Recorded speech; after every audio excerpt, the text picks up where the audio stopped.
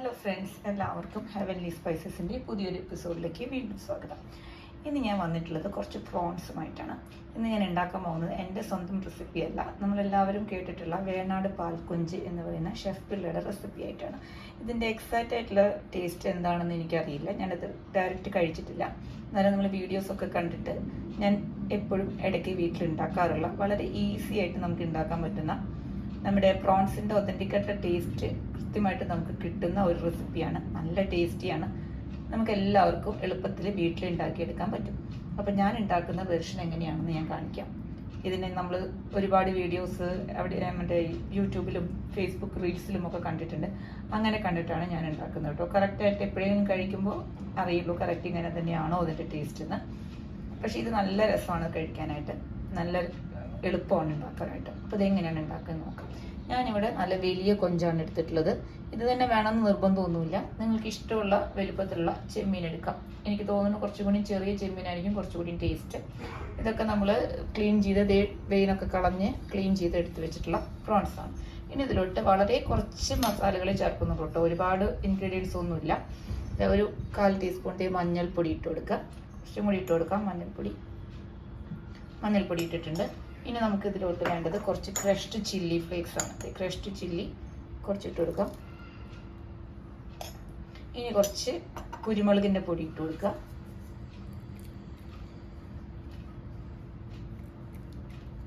നിങ്ങളുടെ കയ്യിലുള്ള പ്രോൺസിൻ്റെ അളവനുസരിച്ച് അതൊക്കെ ഡിസൈഡ് ചെയ്യാം.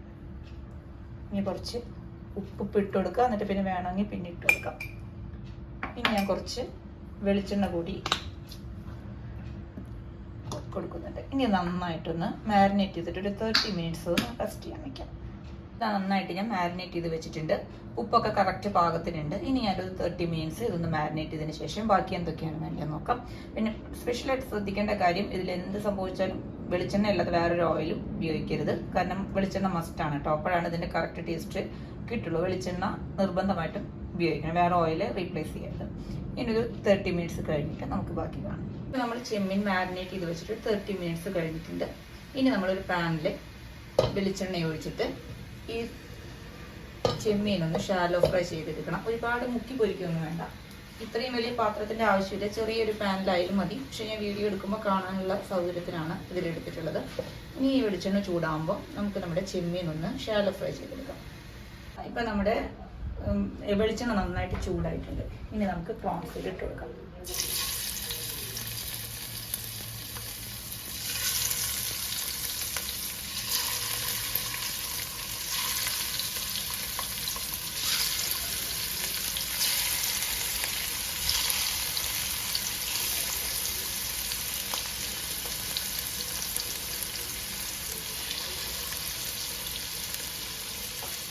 പ്രോൺസ് നമുക്ക് ഒരുപാട് സമയം ഇട്ടിട്ട് കുക്ക് ചെയ്യേണ്ട കാര്യമില്ല കേട്ടോ, പെട്ടെന്ന് കുക്കായി വരുന്ന ഒന്നാണ്. ഇതൊരു 3 മിനിറ്റ്സ് വൺ സൈഡൊക്കെ ഇട്ട് 3 മിനിറ്റ്സ് അപ്പുറത്ത് മറിച്ചിടുകയും ചെയ്താൽ മതി.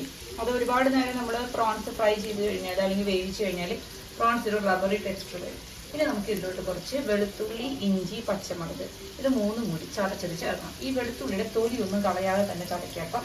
വെളുത്തുള്ളി ഒരു 5 അല്ലി വെളുത്തുള്ളിയാണ് ഞാൻ എടുത്തിട്ടുള്ളത്. വെളുത്തുള്ളി ഇതിൽ കൂടി പോയാലും കുഴപ്പമൊന്നുമില്ല. നാളത്തെ വെളുത്തുള്ളിയാണെങ്കിൽ അതിനനുസരിച്ച് എടുക്കുക. നല്ല വലുതാണ്, അതിന് മുകളിലോട്ട് നമ്മൾ ഇട്ട് കൊടുക്കുക. അപ്പോൾ നമ്മൾ ഇതിൻ്റെ ഒരു മണം കൂടി ഈ പ്രോൺസിലൊന്ന് കയറി പിടിക്കും. ഇതിൻ്റെ ഈ സ്കിന്നൊക്കെ, വെളുത്തുള്ളിയുടെ സ്കിന്നൊക്കെ ഇങ്ങനെ ഫ്രൈ ആയിട്ട് വരുമ്പോൾ നല്ലൊരു മണമാണ് നമ്മുടെ പ്രോൺസിന് ഉണ്ടാവുക.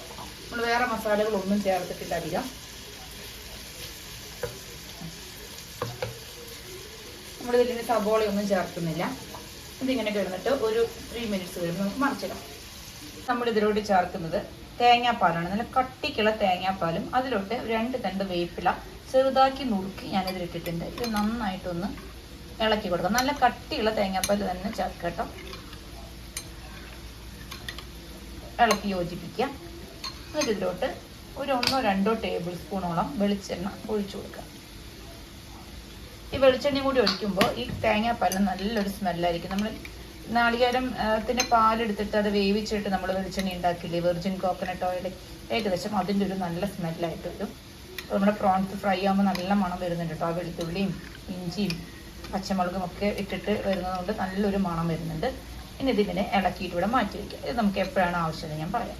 അപ്പോൾ നമ്മുടെ പ്രോൺസ് രണ്ട് സൈഡ് നന്നായിട്ട് പാകമായിട്ട് നല്ലൊരു മണമാണ് കേട്ടോ. ഇവിടെയൊക്കെ നല്ല വെളുത്തുള്ളിയും ഇഞ്ചിയും ഒക്കെ മുരിഞ്ഞ് വരുന്ന നല്ലൊരു മണമാണ് വിത്ത് പ്രോൺസിൻ്റെ ആ സ്മെല്ലും കൂടിയിട്ട്.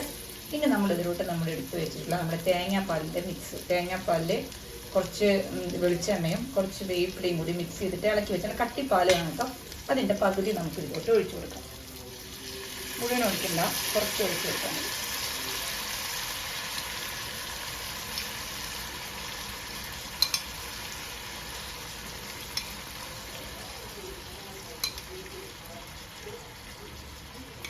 ഇനി ഇത് കിടന്നിട്ട് ഈ ഒന്ന് വറ്റി വരണം. ഇതിന് ഡ്രൈ ആയിട്ടുള്ള ഡിഷാണ്, അല്ലാതെ ഭയങ്കര ഗ്രേവിയുള്ള ഡിഷൊന്നും കേട്ടോ. ഈ തേങ്ങാപ്പാൽ കിടന്നിട്ട് ഇതൊന്ന് വറ്റണം.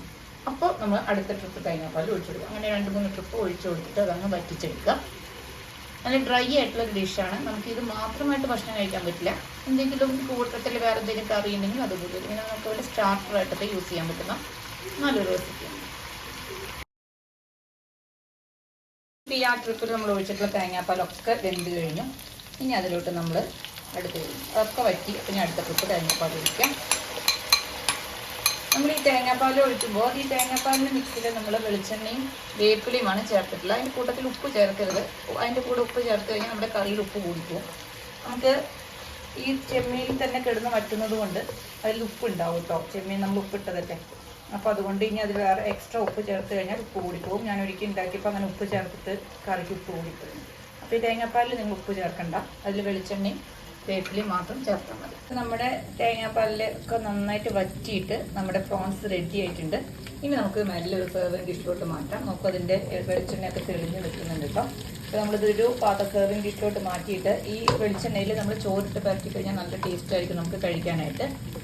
അപ്പോൾ ഇനി ഞാനിതൊരു സെർവിങ് ഡിഷിലോട്ട് മാറ്റിയിട്ടുള്ളത്. ഇത് നാടൻ ഡിഷ് ആയതുകൊണ്ട് തന്നെ ഞാൻ വാഴയിലൊക്കെ വെച്ചിട്ട് ഒരു പാത്രത്തിലാണ് വെക്കുന്നത്. അതങ്ങനെയൊന്നുമില്ല, നമുക്ക് ഇഷ്ടമുള്ള പാത്രത്തിൽ നമുക്ക് സെർവ് ചെയ്യാം. ഇപ്പം നമ്മുടെ കൊഞ്ച് നല്ല റെഡി ആയിട്ട് വന്നിട്ടുണ്ട് കേട്ടോ. നല്ല അടിപൊളി ടേസ്റ്റായിട്ട് നല്ലൊരു മണമാണ് ഇതിന്. അപ്പോൾ വളരെ എളുപ്പത്തിൽ ഒരു 10-15 മിനിറ്റ് ഉണ്ടെങ്കിൽ നമുക്ക് റെഡിയാക്കി എടുക്കാൻ പറ്റുന്ന വളരെ സിമ്പിൾ റെസിപ്പിയാണ്. നല്ലൊരു സ്റ്റാർട്ടറാണ്. വീട്ടിൽ ഗസ്റ്റൊക്കെ വരുമ്പോൾ നമുക്ക് ഞെട്ടിക്കാൻ പറ്റിയ നല്ലൊരു റെസിപ്പിയാണ് കേട്ടോ. അപ്പോൾ ഇതിങ്ങനെ തന്നെയാണോ ഇതിൻ്റെ റിയൽ ടേസ്റ്റ്, ഇങ്ങനെ തന്നെയാണ് ഉണ്ടാക്കുകയെന്ന് എനിക്കറിയില്ല. അത് എൻ്റെ വേർഷനാണ്. ഇപ്പോൾ നിങ്ങളെല്ലാവരും ഇഷ്ടപ്പെട്ടാൽ ഉണ്ടാക്കി നോക്കുക, ലൈക്ക് ചെയ്യുക, ഷെയർ ചെയ്യുക, സബ്സ്ക്രൈബ് ചെയ്യുക, കമൻറ്റ് ചെയ്യുക. Thank you so much.